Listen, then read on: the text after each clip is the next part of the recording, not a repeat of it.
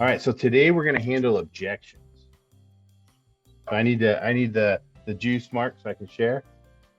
Yes, sir. Thank you.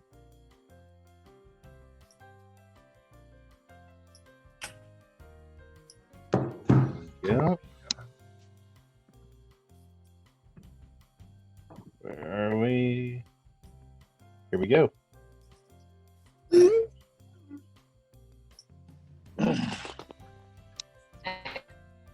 All right. Objections. If you're not speaking, please.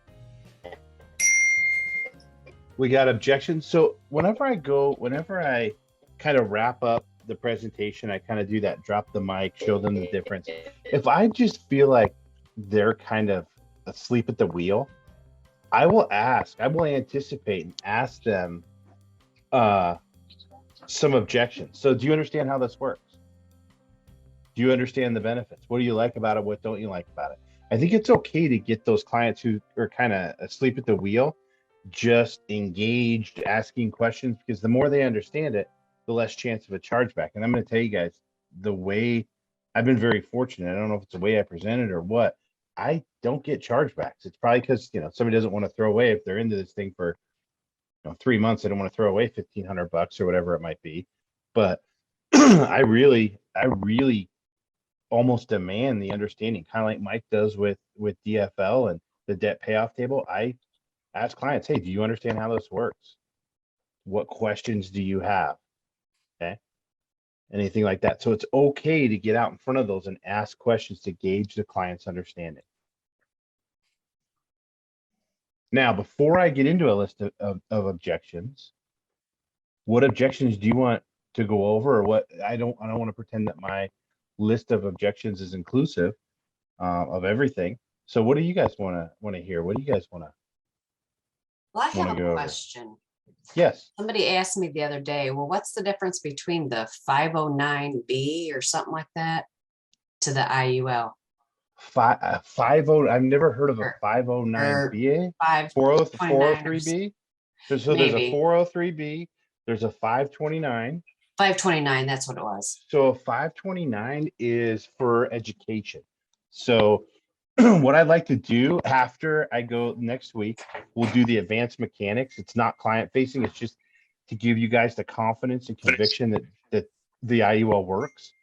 I usually go over kids policies. Okay. So I have a unique situation where I have a kid in college. He's a stepson, but he's mine because if he screws up, I got to pay for him. So he's definitely mine. But he had a 529, and we saw like go down really fast with coronavirus. And I said, Carol Sigworth did a better job raising me than that. So I got my daughter, who was 9 at the time, into an IUL to do college funding, which is $200 a month, and it saved us a bunch of money. So 529s are an investment usually for kids that have to be used for education. If they're not used for education, then the money is taxed, but it's cyclical. It goes up and down with the market. Post-tax money that goes up and down with the market. Okay, that's a 529 plan. It counts against your FAFSA form. And if any of you have kids that are in college or have looked at going to college and you've been through FAFSA, you need a proctologist to get those people away from you. Okay, because they check everything. So money inside of a life insurance contract does not count against your FAFSA form. Okay. So 529 is there's very little flexibility in a 529 plan. I'll show you guys in 2 weeks. Remind me, Mark, if you can make a note, I'll try to make a note too. Remind me, guys, and I'd love to go over that with you. It's a personal, it's my story. Like I'll go on and show you my daughter's IUL at F&G. I've done it with clients before. Go over which part next week, Jeff? No, next week is going to be advanced mechanics. In 2 weeks, we're going to go over the children's policies. Nice. Okay. Using an IUL for college funding. Nice. Thank you. Good question, Shelley. An IUL, you can use it for anything. It doesn't have to be for. I mean, I could use, let's say my daughter's IUL all of a sudden increase and I want to take a cruise around the world. I could borrow the money out and use it for that. I mean, you can do anything with it. Okay. Thank you. Yeah. Anything else? Any other objections you want to go over? Well, I already have an IRA, so why would I want to do a IUL? Well, Shelley, how much of that IRA are you prepared to lose during the next market downturn? How much have you lost in the last week? I don't know. Do you like, let me ask you, do you like losing money? No, So if I could show you a way where you could get market-like gains but have downside protection, that's something you'd be interested in? yeah, Great, there you go, done. Okay, so let me ask you this, Shelley. Your IRA, it's you're deferring taxes, right? It's post-tax, or I mean, it's pre-tax dollars. You're not paying taxes on that money. right. Okay, so do you think taxes are going to be higher or lower in 25 years from now? Higher. Higher. So do you like paying taxes? No, So if I could show you a way where you get the money, pay taxes today to get the money tax-free tomorrow, that's something you'd be interested in? yes, Let me ask you, do you have kids? yes, Are you, do you have, you have a mortgage, because obviously that's most of the reason. I've never done mortgage protection, but that's probably why I'm in your house, correct? yep, So you got your biggest deductions right now. Taxes are on sale. You got your kids and your mortgage. Taxes are never going to be cheaper than they are right now. So why they're on sale? Like my wife will come to me. Hey babe, I saved us $800. No, you didn't. You spent money. Right? Okay. So taxes are on sale because you got your kids, you're deducting your kids, you got your mortgage interest. Those are your biggest deductions. Okay. So while they're on sale, why don't we use that money while they're on sale to get the money tax-free tomorrow? And I'll go over that a little bit mathematically here in a sec. Good question though. All right, guys, ready to dive in? somebody else needs to start asking questions though. I know, I'll start. Hey Jeff, that's normally the biggest objections when it comes to IUL or permanent life insurance is about, well, my tax deductions that I'm getting right now. So when I'm Yeah. ready to retire, I'll be on a lower tax bracket. Yeah, So those Mohammed, normally the biggest stuff that, yeah. give me about 15 minutes and I'm going to answer that question. All right, buddy? All right. Mhm. All right. I've been told to use a 401k, a 457, a 403b. Why haven't I heard of this?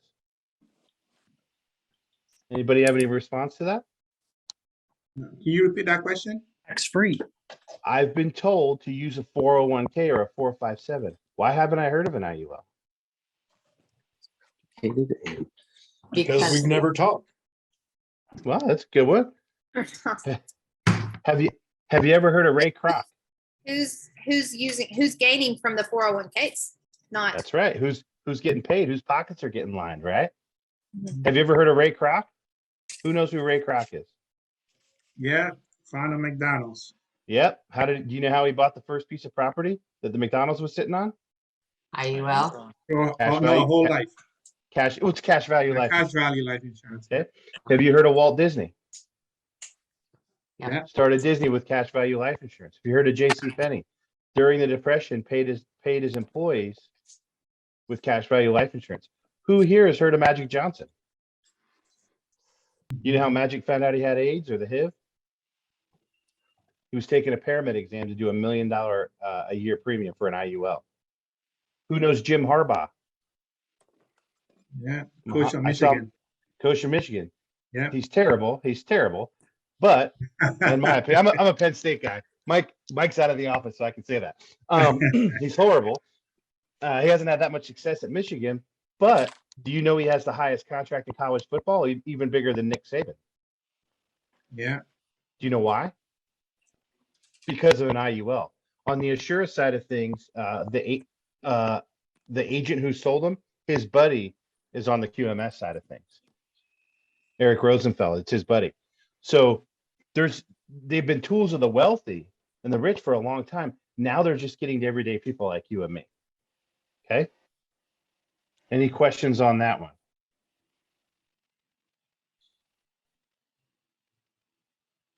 Question. All right, let's go on to the next one. I need to think about it. Who gets this one? Oh, Sam. All right, what do you guys say? I've been doing What do this you a mean long think time. about? That's a good one. Do you understand the plan? So Do you not like the tax-free nature of it? Do you not like the enhanced death benefit? Do you not like the protection from market risk? Do you not like having safeguards to outlive? What part of it do you need to think about? Okay. And I'll say, how long do you need to think about? What common answer is what? I don't know. Gotta Go ahead. talk to my second. I need a few days to think about it. Great. Well, the insurance company is going to need a lot longer than that to think about you. Okay. So you have to go through underwriting, not only health, medical underwriting, but also a little bit of financial underwriting, see if this product fits you. But I've been doing this for a long time. And when somebody tells me that, it's probably because they don't understand it. And I'm going to tell you, I might have gone over it too fast. I know I'm originally from the Northeast. These Southerners talk a little bit slow. I'm originally from the Northeast, so I tend to talk fast. What part didn't I explain well enough for you? Okay, what part didn't I explain well enough for you? Because it all comes down to three things. You guys know what there's only 3 objections in all of sales. Who knows what they are? They can't afford it. They don't Price? trust you. They don't Trust- like you. Price, we got one. Price, what else? They don't trust you. Trust you. Person, They don't What's the third understand one? it. the product. So it's the price, the person, or the product, right? We know nobody likes Muhammad. I don't either. I'm just teasing. Right? You can't change who you are. So if it's you, I'm not everybody's cup of tea.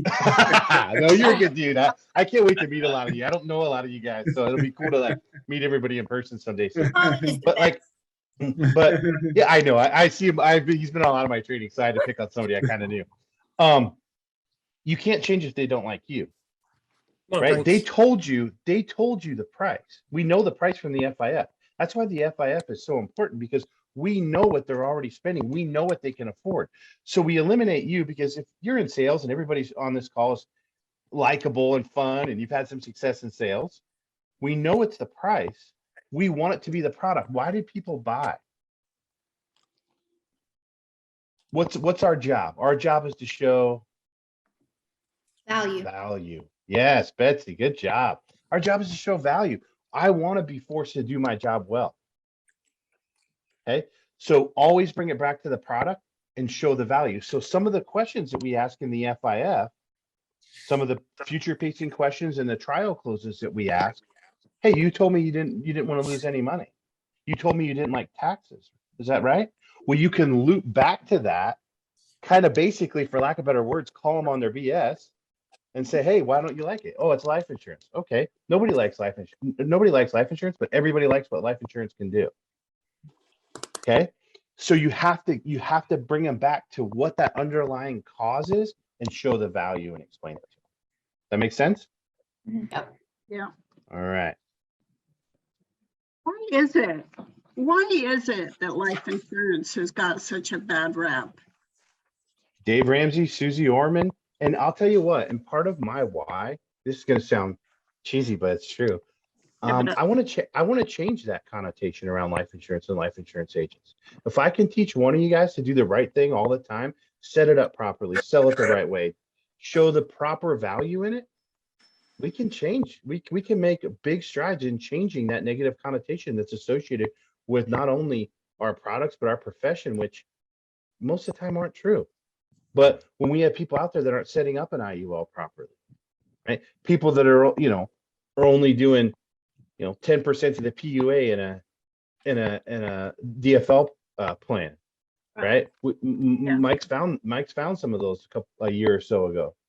Okay, they wanted a little bit of flexibility in their DFL plan. They put like not hardly anything into the PUA. Okay, I come across people, and a lot of times to no fault of ours, the IUL's completely set up wrong. I was literally just on a Zoom call. Today's flying by for me.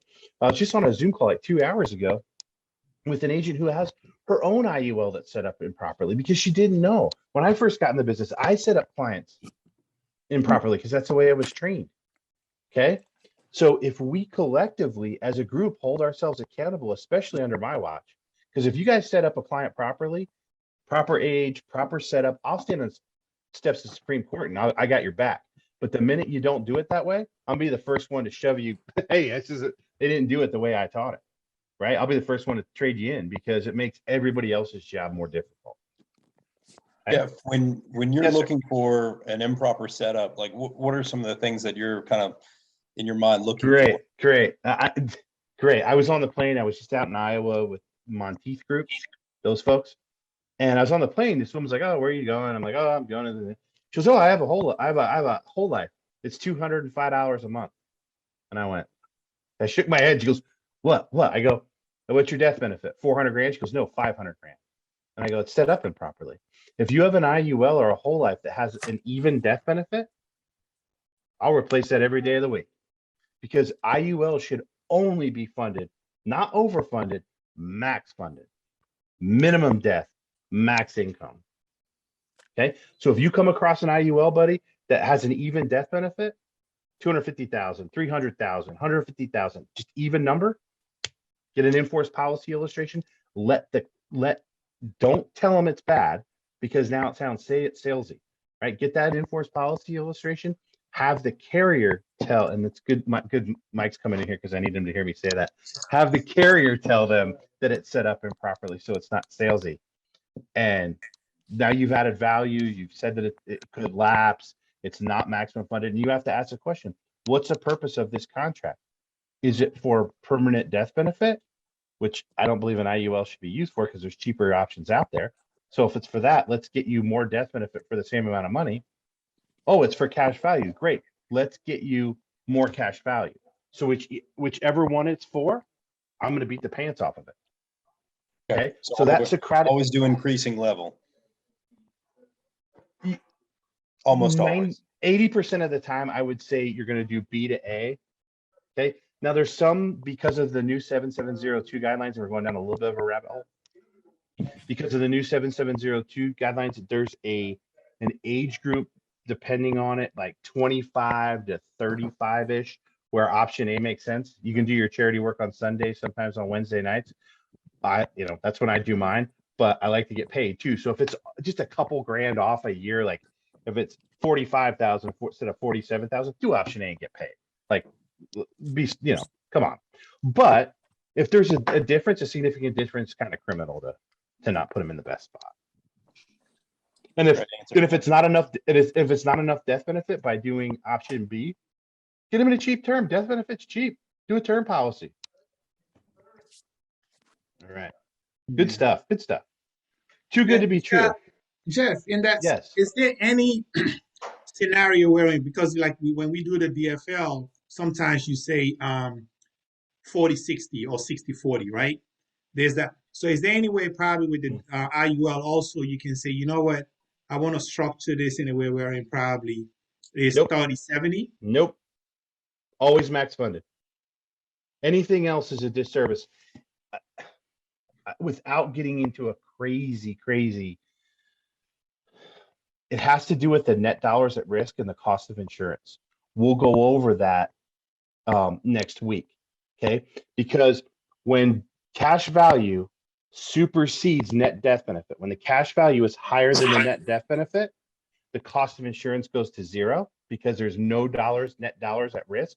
So that means we're kind of in the clear. That's the clear area where we don't have to worry about the cost of insurance so much. Okay. The sooner we get the client in that position and the younger that client is, the better it is for you as the agent, the better it is for the client.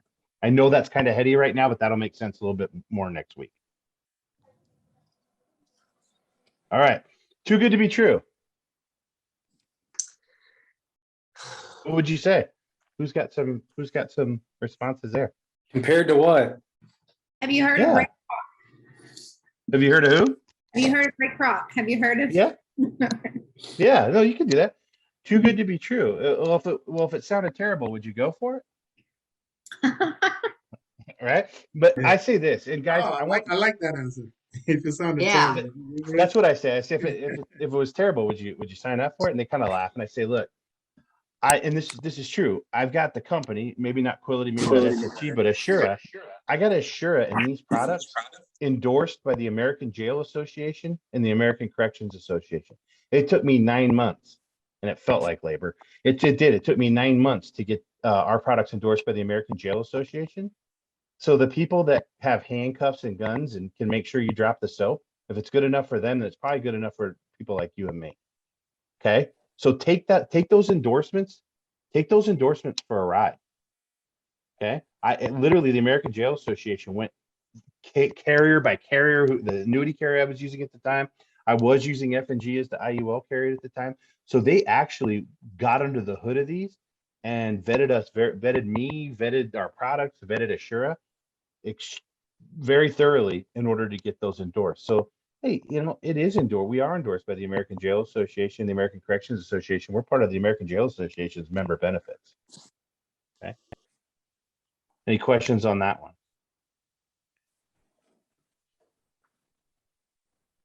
No questions, Jeff, but that's really strong. That's really Thank you. cool. Thank you for sharing that. Yeah, life insurance is a bad investment. You guys ever heard that one? Mhm. Yes. Buy term and invest the rest. How would you guys respond to that one? Thank you, Dave Ramsey. Yeah, thanks, Dave. Yeah, that's what I would say. Hey, for all Buy that. term and invest the rest. Hey, how much are you investing? What was the difference between your term and the whole life? How's that investment going? Yeah, how's it going? We just went over the numbers. Do you know what I said? I would say this. I would say, hey, we just went over the numbers. Did it sound like it? I mean, I gave you 8% return, okay, over a 20, 25 year, 30 year period, a 5% withdrawal from that amount. Those are hard to argue with. But the next thing I would say is, have you heard of life insurance is a bad investment, buy term and invest the rest, right? That's probably whole life is a bad investment, right? And then, yeah, that's what I heard. I said, do you ever play Atari? Have you ever played Atari? Who here's played Atari? Okay, remember Tank Combat, I think it was called, Space Invaders, Missile Command. Okay, that was great. It was so much fun. And then we graduated to, I remember Super Nintendo, but Super Nintendo was big when I first went to college. I have a buddy, you can look him up on my Facebook, who failed out of college twice because of NBA Live 95. He was always the Knicks, I was always the Bulls. It was a lot more fun than Atari. And now with PS5, I think it is, and Xbox One, those things are incredible. When Parker turned like 15, I'm like, hey, Creasa, I'll play these games with Parker just to make sure they're up to date and they're good. Fletcher Cox on the Eagles moves like Fletcher Cox. It's freaking amazing, right? I paint my face like I'm a Navy SEAL shooting these guys around the screen. Same thing happened with life insurance.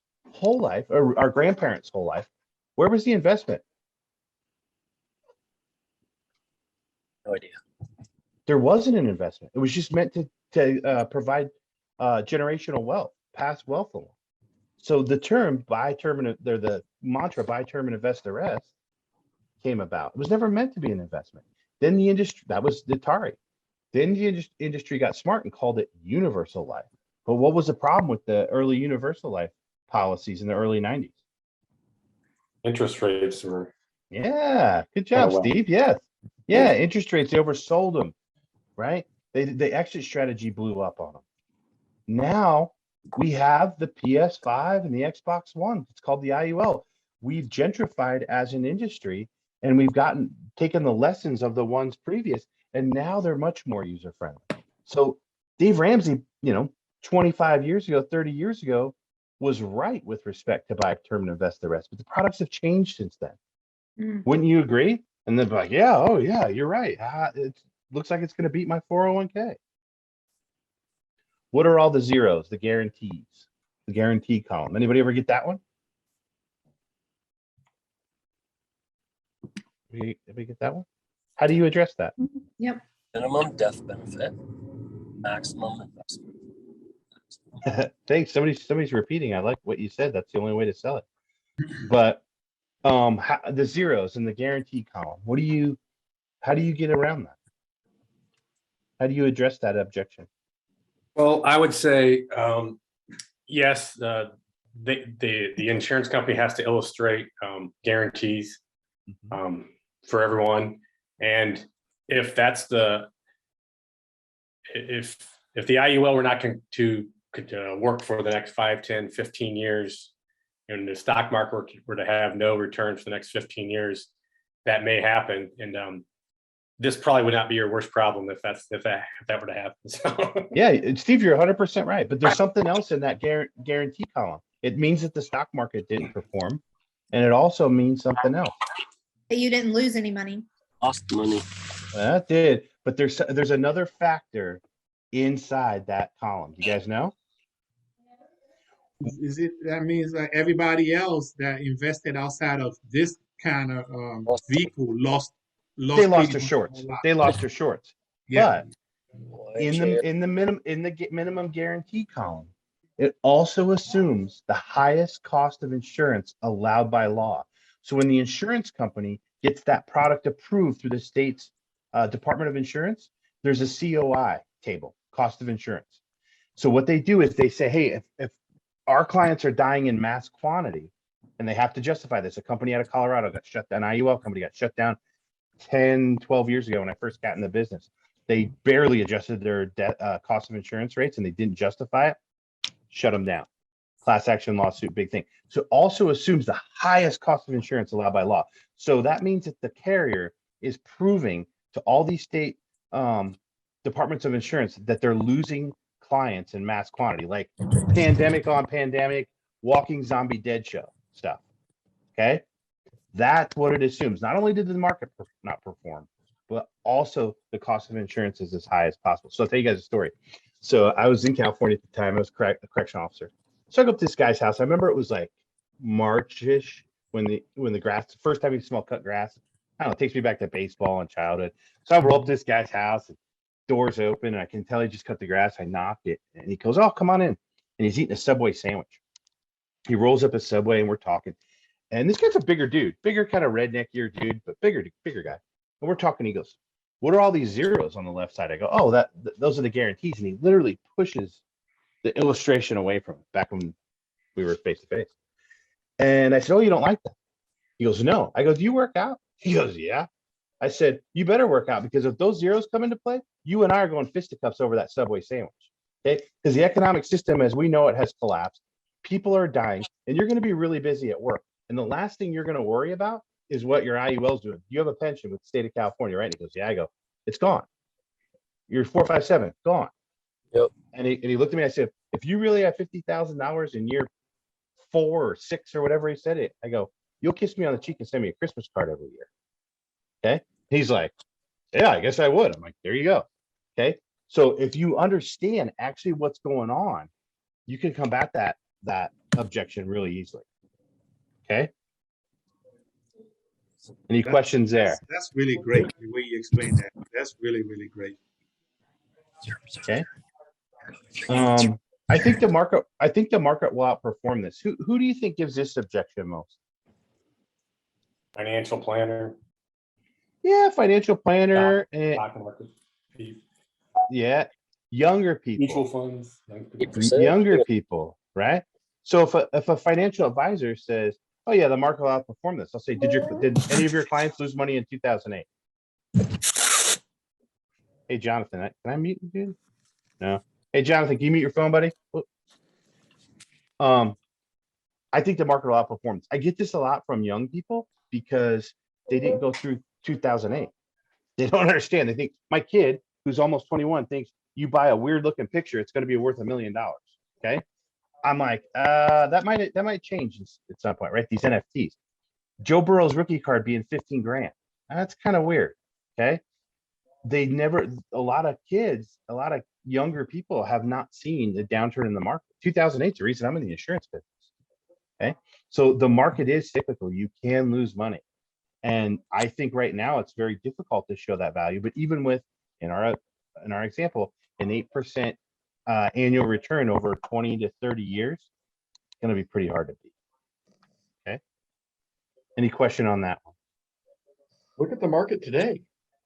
Yeah, I haven't looked. It's probably down. It's probably, let me see what's going on. Yeah, it's down. Red. All right, here you go, Mohammed. I'm already protecting myself from taxes. Right?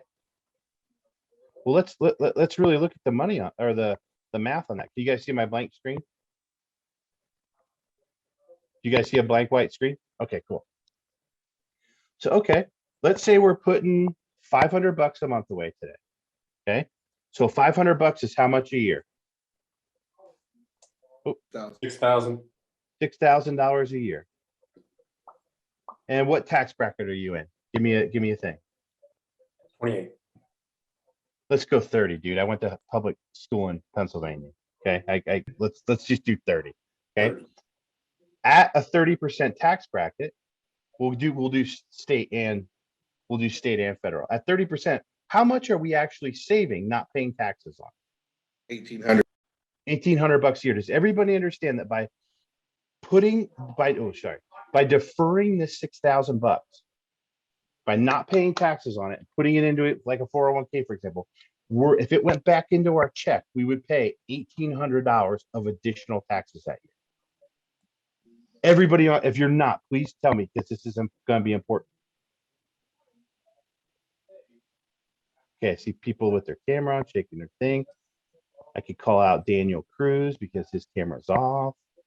Laura Okay, just turned her repeat camera in. that thing. Repeat that again. Explain. I to love me. it. I love it. If you're putting $500 a month away into a 401k, Mm-hmm. over the course of a year, that's $6,000. We're in life insurance. You should know your 12 timetables because that's how we get paid, right? Everybody gets that, right? $500 a month equals $6,000 a year. Okay. If you're in a 30% tax bracket, 30% of $6,000 is $1,800. So instead of this going into a 401k, if you elected to put this back into your check, if you elected to put this back into your check, at the end of next April, you squared up, you'd have to pay $1,800 to the IRS Okay. instead of putting it into 401k. Does that make sense? Mm-hmm. Okay, let me see how much I can erase without erasing. Now, at the end of the day, in however many years, what is your 401k growth? What do you need to retire? Okay, well, let's say, so 8%, give me back 700-800 grand? 500 grand? Let's say 700 grand. Okay. So this thing at the end of the day grows to $700,000. Okay. Now, you're right, Mohammed. You said, I'm going to be in a lower tax bracket. Okay. Now this is if taxes stay the same. Let's pretend they stay the same and you live in Tennessee, Nevada. Who else doesn't have state taxes? I forget. I know Tennessee and Nevada don't have state taxes. So let's say you're And Texas. Florida doesn't And Florida as well, I believe. Florida. So let's just say, how much can you take out of this every year without running out of money? 4%. 4%. So that means I'm going to take out 28 grand a year. Okay. I'm going to take 4%. Okay. So a 4% distribution. So I will never run out of money. Is $28,000 a year. Now, what tax bracket are you in right now? If you make $28,000, well, plus Social Security, you make $28,000 a year. What tax bracket are you in federally? 22. I think it's a little less, but I could be wrong. Okay. Let's just say 20%. Let's say 15%. At 15%, let's do the math. What's 3,200. It's $3,200. Somebody do that at 15%. That's $3,200 a year that I'm paying in taxes. So Mohammed, you're right, dude. You're in a much lower tax bracket. But I would pay $1,800 while my taxes are on sale. While I got kids in the house, I've got mortgage interest. I would pay this today to not pay $3,200 when I'm on a fixed income and I don't have mortgage interest and I don't have my kids. My parents, Carol and Jim Sigworth, who live in Rhode Island now, my parents live this. My dad's like, damn it, Jeff, don't you do this for a living? Help me out. And I'm like, in 1984, I was 8. I didn't know this stuff. And my dad lived, right? I didn't know this stuff. So I submit to clients, you will be in a smaller tax bracket. You will be. But this is if taxes stay the same in the next 20 years, 30 years, right? Would you rather pay 18 today to save and not have to pay the 32 tomorrow? 32. Yes. Wow. Yes. There you go. And that's not magic. That's just math. Okay. Hey, Mark, is this being recorded? Yeah, it's being recorded. I think it was 42 actually, Jeff, so it's even more. That's even more. I didn't do the Oh, math. you're I right, took some- 42. I'm sorry, 28 I and took- 14. I took somebody else's word for it. That's So okay. 42,000 for No, 4,200. I mean, I was just thinking that seems even lower, like. Yeah. So So they're- would you rather pay 18? You know, Betsy's a math teacher, so.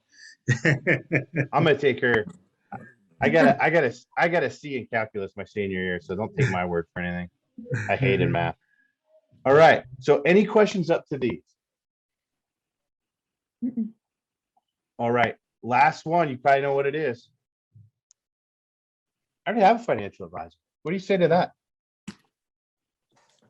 Run away crying. No. Come on, Betsy. I won't let you do that. No, I'm not. Bring him gonna up, do- bring, There's- bring him onto the net, bring him into the meeting. Hey, that's awesome. Yeah, Let's that's what I do. let's get together and Yep, talk. about Let's all get together. Let's sit down. And if you guys don't feel confident enough, one of my this is my favorite part of IULs is objections. And I love sitting down with CFPs or financial advisors. I love it. So I'll tell you guys a story. So I don't know if you guys do, but I used to do a lot of work in prisons and jails. And I've met with financial advisors 3 times. Okay. The first time I met with a financial advisor was in the Sacramento area, and the guy ripped me apart. I was new in the business. He destroyed me. Don't you understand compounding interest? Don't you understand you're going to be in a lower tax bracket? Is one of the things. And I left that appointment with my tail between my legs. It was very humbling. And then about 3 years later or so I'm probably 5 years into the business, and in Tehachapi, California. Anybody know where Tehachapi is? Anybody know where Bakersfield, California is? Heard of it, never been there. Yeah, if California needed an enema, they'd stick it straight in Bakersfield. So you go to Bakersfield and you go east up the mountain. And I'm there at my table, it's payday, so everybody's walking around. This guy comes up to me, Dale, little Japanese guy, dentist, awesome dude. Like I still text him to this day, he's a great dude. He comes up to me, he's like, "What's with this tax for retirement?" I'm like, "Yeah." So we start talking. So long story a little bit short, I go to Dale's house next week. And he goes, "Man, I was a private practicing dentist, but I got arthritis in my shoulder and carpal tunnel, and I couldn't do the long dental procedure. So I became the supervising dentist. So I just tell these guys the other dentists what to do because I don't do the procedures anymore." And he, in his private practice, had 600 grand. Okay. So there used to be a product by North American back in the day where you roll the 600 grand and they put they pay tax, they send you a 1099 bill, and they take the non-qualified portion and fund an IUL. And I'm looking at this going, man, this is a good payday for Jeff Sigmund. Like, I'm going to have my ducks in a row. So I go down to Dale's house, give this great presentation. I have printouts and everything. Like, I'm like glossy printouts and stuff. And he's like, "Oh, Jeff, this is great, man. I got to talk to my financial advisor." And I went, "All right, I'll meet with your financial advisor." So it was on a Monday morning. I drove down to Bakersfield 4.5 hours for I used to drive all over. I would go to Bakersfield from Sacramento. And so I get there, and literally Dale walks into this FA's office. "Dale, what's up, man? How's it going? Hey, God, our wives had a glass of Chardonnay. Sorry, we couldn't hang out. Hey, you putting your scores in at the country club?" And I'm like, "Hey, I haven't seen your kid. He's playing soccer for Fresno State, right? Yeah. Oh, great. We got to go up there and see him. We got to take a trip." I'm thinking, I'm done. I came down here, spent the night, wasted time, money, and effort. Why am I doing this? Right. Well, long story, a little bit short. I get into it, and I'm asking the FA questions, and finally I get to a point. He goes, "Well, Dale, this is only good if you want to maximize your income in retirement." I looked at Dale. Dale looked at me. Done. Like, they don't have an answer. They don't have an answer. If you know what you're doing and you ask the proper questions, they don't have an answer for this. They don't. Biggest case I ever sold, 68 grand. I still have the screenshot from my bank account. Okay. And it was all from meeting with a financial advisor with most agents run from. Okay. So don't run from that. Just because they have different letters after their name doesn't mean they don't put their pants on one leg at a time. Okay. They put their pants on one leg at a time, just like you and me. So So what were some of the questions that you asked them? I said, "Okay, some of the ones you've heard here. Do you think taxes are going to go down or?" Bless you. I don't know who that was. Are taxes going to go up or go down? Up. Okay. Up. They're going to go up. Then what's the guy going to say? They're going to go down. Okay. Last in 2008, which wasn't too long ago. In 2008, did you lose money, Dale? I forget the guy's name? Did you lose money? And he's like, yeah. I said, so is there any guarantee you're not going to lose money in the future? No. Okay.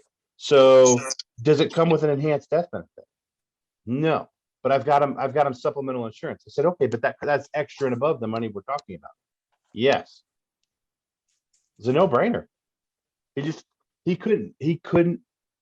He was feeling, this is the feeling that Dale got and that I got. He was sufficing his business model, not Dale's. He was, because how do financial advisors get paid? Assets under management. Okay. So he was supporting his business model and not Dale's. And it was really easy to see. And when you can get him to kind of say that without saying it, it's done. So here's the funny part of this story. So not too long later, 6-8 months later, I'm feeling pretty cocky about this. So I'm at a different prison, but in that area. Hey, I got a financial advisor. I'll meet with the financial advisor. Okay. I show up, same parking lot. Okay. Same parking lot. I'm like, we get out of the car. I'm like, oh no. Because if I do this in California, at the end of Truxton Boulevard, right at the end, there's 3 professional buildings and there's a Chick-fil-A right there. And I guess all the financial advisors in town are in these buildings. I thought it was the same financial advisor. I'm thinking, oh no, this is a bad day. Oh no, this is a bad day. It was a different financial advisor. And the guy was super, super cool. He's like, hey, I've heard of these. Let's work together.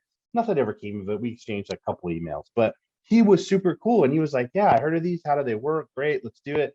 So don't be afraid to work with those people, recruit them. I know you guys do a great job of recruiting. So recruit them. Just educate the other professionals. You're a financial professional too in the insurance space, and when you know your craft really well, it doesn't matter who you're talking to. Okay, so that's it, guys. Good. I'm about time. 10-15 minutes left for questions. I always like to try and do that. I know next week will probably be 5 to 10 minutes left of questions because there's a lot in that advanced mechanics section. But what questions do you guys have? Questions, comments? Yeah, Jeff, I think what a lot of people, I think, this is Steve Devine, have challenges with, is they think everything's got to be either or. I either need to have life insurance or an IUL, or I need to have a 401k, or I need to, and I think for most people, I think they can really complement each other and work together for a lot of people. And I think that's the conversations you have with a financial planner, advisor, and stuff. I think that understanding, I think, is huge. And I just don't think there's that communication that goes on all that well across the country. I agree with that. And I think part of the reason I start my presentation with, and I'm telling you, I've gotten more traction with this than any other little thing I say, is I want you to think of this as a Roth IRA married to a life insurance policy without the risk. It's really what I mean. It does kind of the same thing. And that's why I start every appointment with that little, I don't know, disclaimer, or kind of get your brains moving in the right way.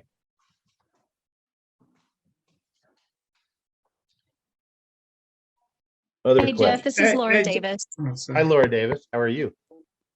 Hey, I'm good. I'm good. I don't have a question, but I just wanted to thank you, for all the great information and, really applicable stuff that we can use when we're sitting in front of our clients. And, these questions that they ask sometimes do tend to throw us off if we don't really know what we're talking about or the ins and outs of things. But, one thing that I've learned is that they are people just like us, and they're just looking to be educated. And these CPAs as well, they don't know everything. They don't. And especially like you said, when it comes to IULs, a lot of folks don't know. And, one objection was, well, why haven't I heard about this before? I love that one because a lot of people have never heard about an IUL. And that's why William's always training us, have you heard about an IUL? Just ask them, have you ever heard of an IUL? And, it's just a wonderful different view, you know, and some people have a hard time grasping a different way of doing things, especially, you know, when they've been doing it the same way for so long. So I appreciate all the overcoming the objections and everything that you share with us. Yeah, thanks. I'm going to tell you a couple of things. I want to unpack that a little bit. You guys don't be me, right? Don't be Jeff Sigworth. I'm not Betsy Barr. I'm not Muhammad. I'm not Steve, right? I'm not Laura Davis. Don't be Jeff Sigworth. Be more genuine to yourself, because people are buying you, and the more genuine you are, like I say some funny stuff here and there. Like I tend to be this really casual, say something kind of funny, and then I'll drop a 50-cent word. That's just me, right?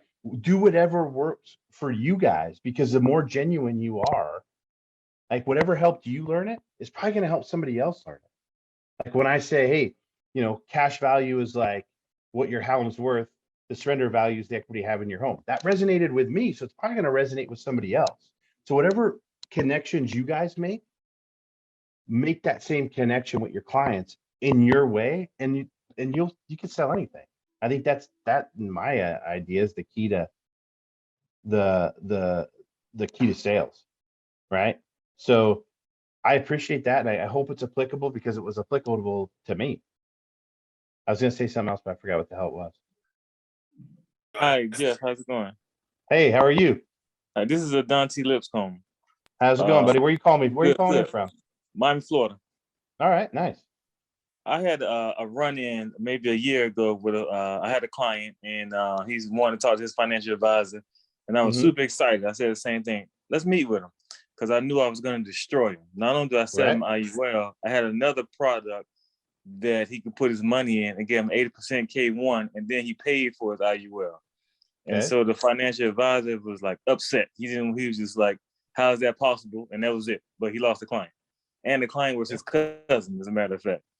So yeah, those guys really don't understand what we do, and they think they can rain on our parade. But if we kind of understand what we have going on and how to explain it properly, we can definitely educate them and the client as well. Absolutely. And I'll tell people, that's a good one. I'll say, like, when it's somebody's relative or whatever, I'll be like, I'll use Mark, for example. I'll be like, hey, Mark, do you like your financial advisor?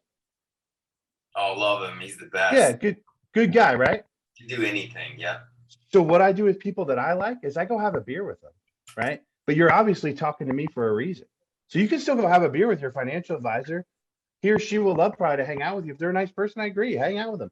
But you're talking to me for a reason. Do you trust them well enough not to have a second set of eyes on it? If you trust them, a second set of eyes should be no big thing, right? I love that, Jeff. That's strong. You know, if it's just like getting a second opinion from a doctor, right, guys? If your financial future is as important to you as, you know, say not getting cancer, right, or being misdiagnosed with something as serious the next 30, 40 years of your future, why not get a second set of eyes on it, right? Dude, I think I'm going to use that, Mark. Hey, I could say that. Hey, do you want to be misdiagnosed with a disease that could affect the rest of your life? Why would you want to be financially misdiagnosed? That's right. And then shut up, and whatever they said, just shut up. Let them talk. What are they going to say? Yeah, no, that's fine. I don't care about my ticker. I'm going to, you know, come on. Right. Go get that chemo for no reason. Yeah. I know it's a serious subject, but seriously, so is your finances, right? So are your finances. It'll affect you the rest of your life. Jeff, I have a question that was brought up a few times, and I don't know if people were too scared to ask or what. So another paradigm, you know, in the first week you said something about IULs are no good, I'm paraphrasing, for people over 50. Yeah. Since then, I've had a couple of agents who have done IULs for some time say, well, I don't know what that means or why I'd say that and this and that. And I said, well, why didn't you ask? You know, is my first question. But my second question is there ever a case, lump sum, et cetera? Betsy, you had a great case the other week. He was 61 with like $150,000, but we couldn't quite make it work because of the MEX and all that, right? So anyway, there must be an in-between there and maybe not. I'd love your opinions on that. Yeah. There's some gray area. Between 50 and 55, there's some gray area. If a client comes in and they're older than 50, probably younger than 55-ish, 56-ish, they got to come with some serious premium. Okay. And it's got to be spread out over at least a little bit of time. If you dumped in in DFO, we do a lot of lump sum dumpings. Well, that makes sense with the guarantees. It's kind of hard with the term rider, but in IULs, there's no guarantee. So if we change what's called the sequence of returns, and we get floor 2 years in a row, that illustration is blown up because compounding, it'll change the sequence of returns with respect to compounding interest, and it gets blown up. If somebody's older, you won't have the time to catch up and make up for that over time. So there's what's called the capitalization phase. Okay, that's the phase of ramping up. So if you're 50, let's just say 55, your days of saving for retirement and really hitting the big one, I would pivot. I wouldn't get them in an IUL. I'd put them in a participating whole life. Okay, just because of those guarantees. Because this is what happens. I'll show you. I'll give you a little insight. And I would never, ever in a million years. Oh, wait, what's going on here? I gotta get out of this. I gotta get out of this.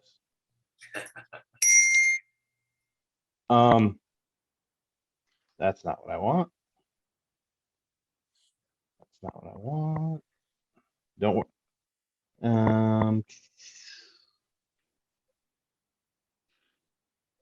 Watch this. You guys see the illustration? Yep. Cool.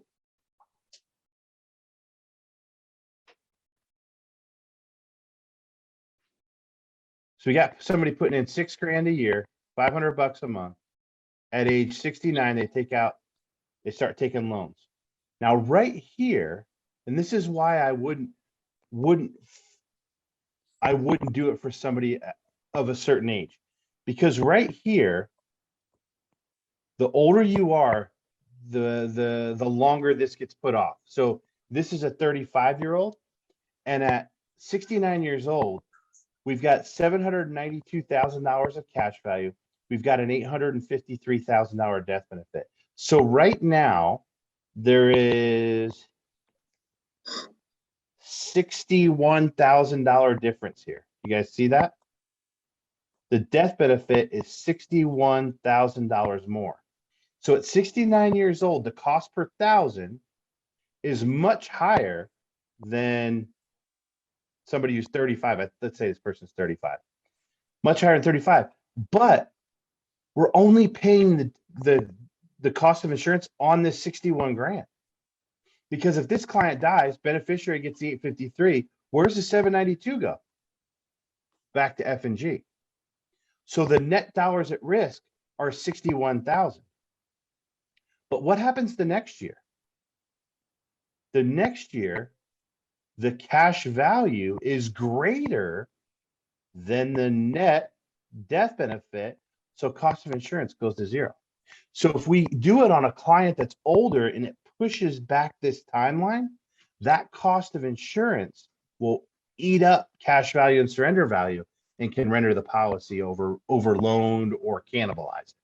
So it's all about these numbers of when that net death benefit by loans is less than the account value.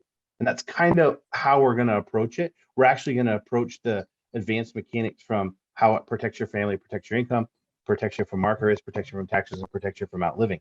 But that's the key to making sure the IUL puts somebody, you're putting them in a great position. If that happens at like 85 and you start taking loans out, it's a bad day. Okay. If it's about death benefit, we can get death benefit cheaper in, say, a smart UL. Okay. We can get death benefit cheaper in a GUL if it's about death benefit. If it's about cash value, we can get more cash value by running the IUL at minimum death max cash value, or having the sequence, or having that fear of the sequence of returns being screwed up and doing a par whole life with those guarantees. So that's kind of the difference of when to pull the trigger on what account, if that makes sense. I know it's a little heady, but that's the justification behind it. Next week is the advanced mechanics. It's not 90%, 95% of what I say next week. 95% is not client facing. It's for you guys to understand what's going on under the hood. It's like I always tell agents all the time, like, you don't have to know how the product works to sell it. Like, you don't have to know how my watch works. I guarantee you it's 1:58. I don't know how this thing works, but I can tell time. I can read it and tell time. Okay. Now there are agents out there that need to know how the watch works and all that stuff. That is for this next week is for you. But again, it's just how the engine works. It's not how to drive. It's how the engine works. You put gas in it and go. That's great, man. Really appreciate it. Yeah. Any other questions, guys, before I say one thing? Yes, applause, Cheryl. Oh, thanks. Anything else? Awesome. Guys, all I want to say is, Jeff has shown us some really valuable stuff. I love what you said at the end there. You really don't have to know how the watch works, as long as you know how to present this high level, are willing to make some mistakes along the way, knowing that F&G's got your back on the illustration side. And we can always, email Jeff and pick his brain and come to me or your direct first, of course. We don't want to barrage anybody, but the main thing is, and I've said it before, but now I just want to make it a challenge, who really wants to put this to work, right? Because the biggest gap is learning and knowing and understanding and actually sitting in front of somebody and doing it, right? And that's where most people get stalled. That's just human nature, right? So I ask everybody, if you can, it doesn't have to be clients, right? You don't have to go through your old client list. That's a great way to do it. If you want to jump right in, let's start doing business. But what I'm going to recommend is, find 3 people in your safe place, right? Your brother, your sister, your cousin, your niece, your nephew, whoever it is, your business owner friend, that'd be a great one. And just ask them very transparently if they'll be a guinea pig for you. Let them know that you are traversing into advanced markets in your business. Your team is helping a lot of people build tax-free retirement and changing the game when it comes to college savings, tax-free retirement, and everything in between. But before you go start presenting this to first responders and business owners and family member or clients, you want to make some mistakes and hear all the objections and get through an illustration in a safe place. Would they give you 20-30 minutes to do that, right? I mean, everybody's helped their kids with homework before. Everybody's had somebody, as I've said, I don't know anybody who hasn't experienced a friend saying, hey, I'm moving next week. I don't have any money, but I'll buy some beer. Can you come help out for 3 hours, lift some boxes? Yeah, right? that's a good one. We've all been on either side of that one. So think of this as that moving favor, because this is way easier than lifting heavy boxes for 3 hours, right? You could still buy them a beer, have a sandwich, but I challenge all of you, please. I'd love to task all of you to do that, because I know what it's going to do for you and your business. But let's take the education into action at least through your safe place. And I'm gonna unpack that even a little bit more.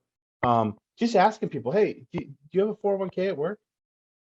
Is it matched? Just getting accustomed to asking people, right? Maybe you're a little shy and just want to get out of the box. Hey, you have 401k? Hey, are you getting a match? Oh, interesting. I got something going on at work. Okay. And we talk about secret agents all the time. I got to a point where it wasn't about me being shy or afraid to admit I was a life insurance agent. I felt like I was doing my friends and family a disservice, so I didn't tell them what I could do.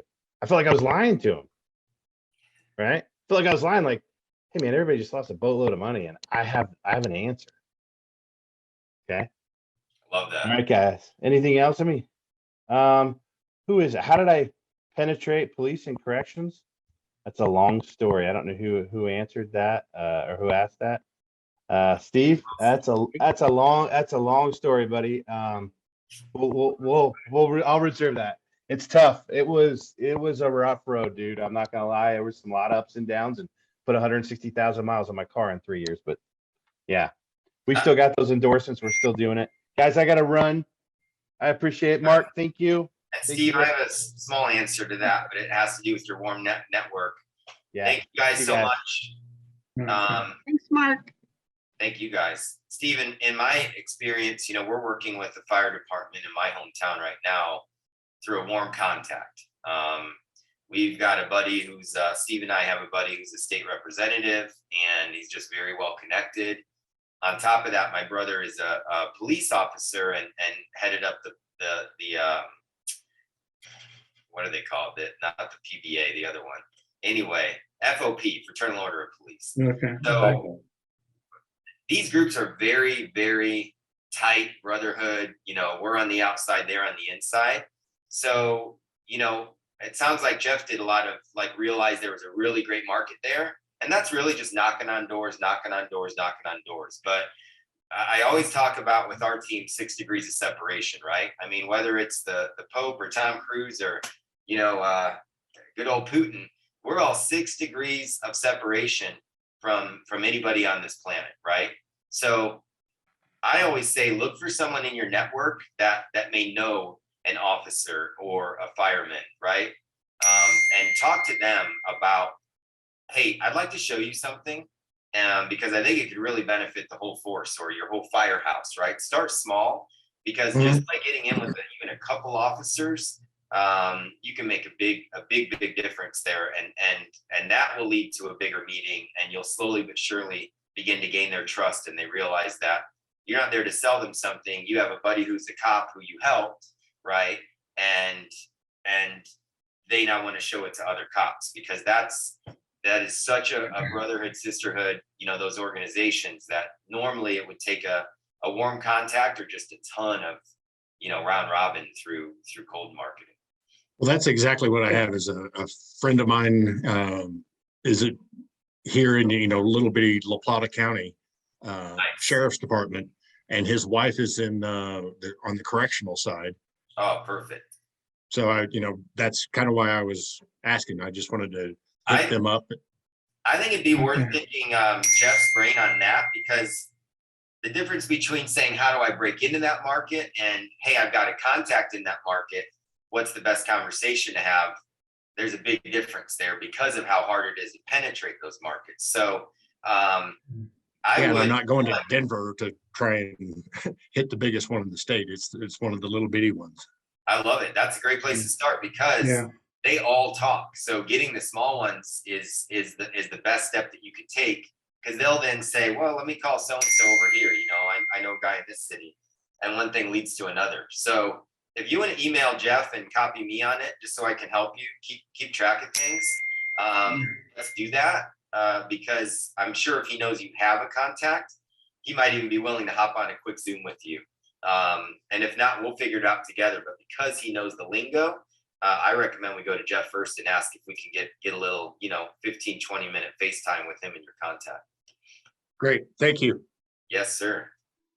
All right, guys. Yeah, definitely. And I'm trying to do the same thing, trying to get the fire department here. I've been to a couple of their stations, but so far nothing has panned out. I don't know how to, because I don't know anybody that's a firefighter that I know personally, you know, so that's another market I'm trying to delve into, because of that living benefits that we have with, let's say, with F&G, you know, like the critical injury, you know, things of that sort. Well, what we found with the fire department in the city we're talking to is they did not have sufficient coverage for burns, for instance, and things like that with what the county or city or state was giving them. And though F&G's burn policy, I think it's something like, it's got to be a 75%, you know, burn, things like that. What we do have is the chronic illness. So if those burns are preventing them from conducting the two of the 5 daily acts of living, then they can access that chronic illness thing. And that was just such a big deal to these guys. Again, penetrating those markets is hard, but the smaller the better, because they all know each other. So start really small. Ask your friends. I mean, it could be as simple as just asking your buddies, hey, do you have any firemen in your, you know, your warm circle of friends, things like that. We're doing something really exciting on my team. And I'd love to help first responders. That's one of my passions. And was hoping you could make an introduction, because again, what you got to you don't need to let anybody know anything, but if you're talking to a friend of a friend, for instance, we're not selling anything here. This either works for you or it doesn't, right? It either works better than what you have or it doesn't. And we're not here to sell anything. We're here to get your okay to run an illustration so that we can see if this solves a problem for you. And for most people, it does, right? And if you approach it from that aspect, it's very simple. It's no pressure, it's no stress, and it really is just bridging the gap between hello and let me show you what this looks like on paper, right? And if that makes sense, I'll show you how to apply. I'll show you how, I'll show you how, I'll show you how. Not do you want, I think you need this. No, I don't know if you need this, right? I don't know if it's good for you. I'd like to run an illustration because we're helping a lot of people like you with this. And the only question I'm getting 9 times out of 10 is, why haven't you showed me this before, right? And that's true. And anyone that has braved the world with these, and if you haven't, please just find the guinea pigs. It starts as easy as that. Just find the guinea pigs first. That's friends and family that'll do you that favor. But beyond that, you're going to find this is never a question of how much does it cost. It's a question of how much can I put in? How much can I save? Right, Shelley? Yeah. Once they see it, those are the kinds of questions you get. So thank you guys so much for staying on. Really appreciate it. I did put, thanks to Dominic, reminding me, for those of you that were late, didn't make it, what have you, the last 2 weeks, this is week 3, we've got 2 more weeks. So we're at the pinnacle of our series. But the first 2 weeks on a private link on YouTube, on our Newbauer Agency YouTube, I have put them in the chat. So go ahead and I'm going to give you a few seconds to grab those real quick. That's week 1 and week 2.